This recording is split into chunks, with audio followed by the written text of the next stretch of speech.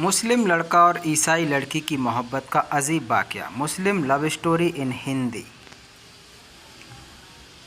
America में एक मुसलमान नौजवान दफ्तर में काम करता था। उसी दफ्तर में काम करने वाली एक अमेरिकन लड़की से उसका ताल्लुक़ बन गया और उसकी मोहब्बत उस लड़की से इतनी ज़्यादा बढ़ गई कि उसने महसूस किया कि अब मैं उसके बगैर नहीं रह सकता।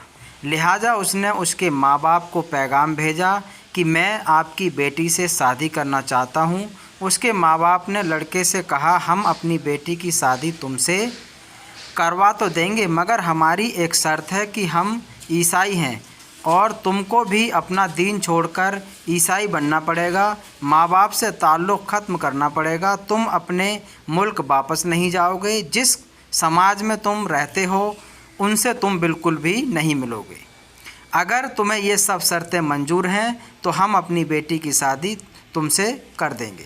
वो लड़का अपने जज्बात में इतना दबा हुआ था कि इस अल्लाह के बंदे ने सारी शर्तें कबूल कर लीं। माँ बाप से रिश्ता ख़त्म, अजीज़ों से करीबों लोगों से रिश्ता ख़त्म, मुल्क से रिश्ता ख़त्म, और जिस समाज में रहता था उनसे रिश्ता ख़त्म। हत्ता कि वो ईसाई बनकर ईसाइयों के माहौल में ज़िंदगी गुजारने लगा और उसने इस लड़की से शादी कर ली। जब उसके मुस्लिम दोस्तों को इसके बारे में पता चला तो वे बड़े परेशान हुए। कभी कभी वो उसको तलाश करने की कोशिश करते, मगर वो लड़का अपने दोस्तों से मिलने से भी घबराता। कभी कहीं से किसी को देख भी लेता तो दूर से ही कतरा जाता। लोग आखिर थक गए। किसी ने कहा कि इसके दिल पर मोहर लग गई है, तो किसी ने कहा ये इस्लाम से फिर गया है। किसी ने कहा इसने जहन्नुम ख़रीद ली। किसी ने कहा इसने बड़ा महंगा सौदा कर लिया है। हर एक की अपनी अपनी बातें थीं। 3-4 साल इसी हालात में गुज़र गए, यहाँ तक कि दोस्त अहबाब सबकी याददाश्त से भी निकलने लगा। भूली बिसरी चीज़ बनता चला गया। एक दिन इमाम साहब ने फ़जर की नमाज के लिए जब दरवाज़ा खोला तो देखा कि एक नौजवान लड़का मस्जिद में आया है। उसने वज़ू किया और नमाज की सफ़ में जाकर बैठ गया।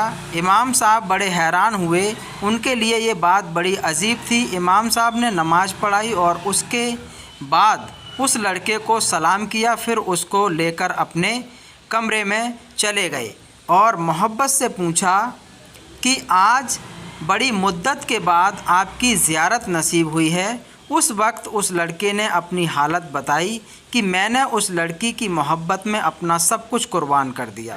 बहुत कुछ मैंने अपना ज़ाया कर दिया, लेकिन जिस घर में मैं रहता था उस घर में अल्लाह का कुरान रखा होता था। मैं जब कभी आता जाता और उस पर मेरी नज़र पड़ती तो मैं अपने दिल में सोचता कि ये मेरे मौला का कलाम है, मेरे अल्लाह का कुरान है और मेरे घर में मौजूद है। मैं अपने नफ्स को मलामत करता। आमाल तो मेरे बुरे थे, लेकिन दिल मुझे कहा करता, नहीं, जिसका मैंने कलमा पढ़ा मैं उससे मोहब्बत करता हूँ। उसकी निशानी मैंने अपने घर में रखी है। इसी तरह कई साल गुजर गए। एक दिन मैं आया और आदत के मुताबिक वहाँ से गुज़रते हुए मैंने उस जगह पर नज़र डाली। मुझे कुरान नज़र नहीं आया, तो मैंने अपनी बीवी से पूछा कि यहाँ एक किताब हुआ करती थी, वो कहाँ है? तो उसने कहा मैंने घर की सफाई की थी, उसमें गैर ज़रूरी चीज़ों को फेंक दिया है। उसने कहा उस किताब को फेंक दिया है। ये सुनकर मैं वहाँ से वापस गया और कूड़ा फेंकने की जगह से उस किताब को उठाकर ले आया। जब लड़की ने देखा कि ये बहुत ज़्यादा इस किताब का एहसास कर रहा है तो वो भी सोचने लगी कि आखिर वजह क्या है। तो लड़की ने पूछा, आखिर तुम इस किताब की इतनी फ़िक्र क्यों कर रहे हो?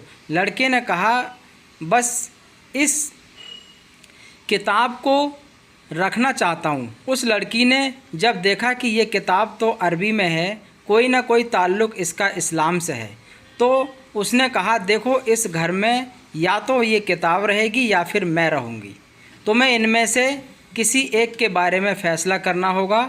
वो कहने लगा कि जब लड़की ने यह कहा तो मेरे लिए ये ज़िंदगी का अजीब वक्त था। मैंने अपने दिल से पूछा कि तूने अपने ख्वाहिशात को पूरा करने के लिए वो सब कुछ कर लिया जो तुझे नहीं करना चाहिए था।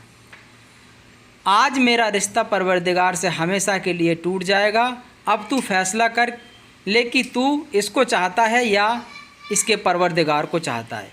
जब मैंने दिल से ये सोचा तो दिल ने ये आवाज़ आई कि नहीं, मैं अपने मौला को कभी नहीं छोड़ सकता।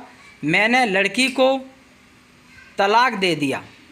फिर मैंने दोबारा कलमा पढ़ा और अब मैं हमेशा के लिए पक्का मुसलमान बन चुका हूँ। दोस्तों, अगर आपको हमारी ये पोस्ट पसंद आई हो तो बराए मेहरबानी पोस्ट को शेयर ज़रूर करें। खुदा हाफिज़।